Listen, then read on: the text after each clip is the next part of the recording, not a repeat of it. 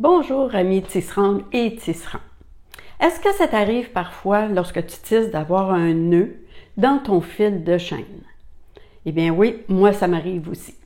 Je suis Nicole Arsenault pour Brin de Fibre et Tisserande. Donc aujourd'hui, je vais te montrer comment réparer un fil qui est cassé dans ta chaîne pour pas que ton fil se retrouve dans ta pièce une fois fini. Alors, on y va tout de suite comme ça. Donc, première chose à faire, imaginons ici que j'ai un nœud, parce que finalement, sur ma chaîne, j'avais aucun nœud, fait que j'en ai fabriqué un. Supposons qu'ici, c'est ma chaîne, mon fil de chaîne, et je me retrouve avec un nœud, et ce nœud, je ne veux pas le retrouver dans ma pièce qui est finie. Donc, je vais devoir le remplacer pour pouvoir continuer ma pièce. Alors, première chose à faire, c'est de se préparer une bobine avec le même fil de chaîne. Donc, on se prépare une bobine ici. On remet le même fil de chaîne on tourne autour de la bobine. Ici, on fait 2 fois le tour sur nos doigts et on la passe, la bobine, dans le trou. De cette façon, notre bobine on va pouvoir la laisser en arrière et elle ne va pas tomber. Deuxième étape, il faut trouver la lame ou l'aiguille qui contient notre fil, qui contient un nœud. Donc, je trouve ma lame ou aiguille, puisque c'est 2 noms pour identifier la même chose. Et j'essaie de passer mon fil dans cette lame. Avec une passette, qui a un petit crochet au bout. Avec la passette, je vais dans ma lame, accrocher mon fil, mon nouveau fil. Ramène mon fil. Je fais attention que ma bobine ne tombe pas entre les fils derrière. Donc ici, je déroule la bobine. Je peux la laisser tomber derrière.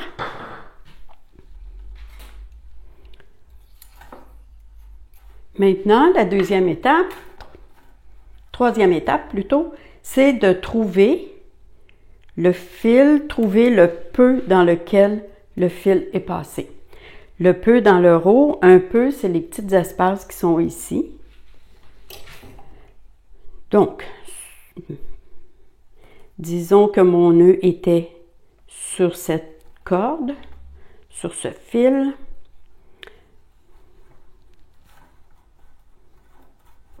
Alors, mon fil doit suivre, mon nouveau fil doit suivre le fil qui était attaché au métier. Et c'est important de faire attention pour ne pas croiser nos fils ici tout le long, sinon ça va faire comme une croisée. Puis à chaque fois qu'on va tirer, ça va être embêtant parce que nos fils vont finir par casser. Maintenant que j'ai trouvé, enlevant mon fil, ici, je trouve le bon peu. Je vais mettre ma passette dedans et je vais venir tirer mon fil, mon nouveau fil de bobine, jusqu'ici. Comme ça. Maintenant, avec une petite aiguille, à 1 pouce, j'essaie de mettre mon fil assez droit, à environ un demi-pouce à 1 pouce du bas, je vais piquer une aiguille, petite épingle droite, je pique et j'attache mon fil en 8 sur cette aiguille, comme ça. Alors, je la passe ici, de l'autre côté, afin de tenir mon fil bien solidement.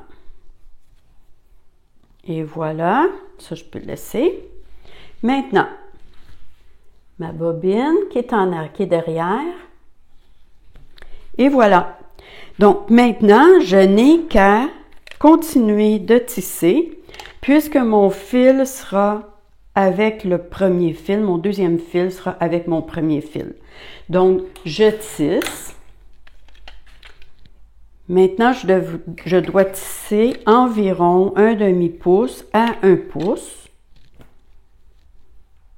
Voilà.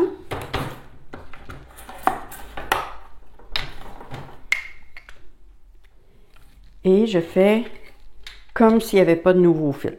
Je tisse.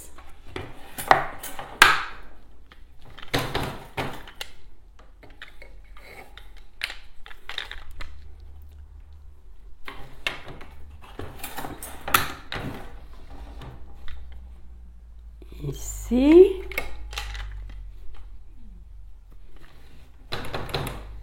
Et voilà. Et c'est comme si il n'y avait jamais eu de changement de fil. Donc, maintenant, je vais continuer à tisser environ 2 pouces. Je vais enlever ça et ça ici. Là, maintenant, je dois continuer à tisser environ 2 pouces jusqu'ici. Lorsque j'aurai atteint mon 2 pouces,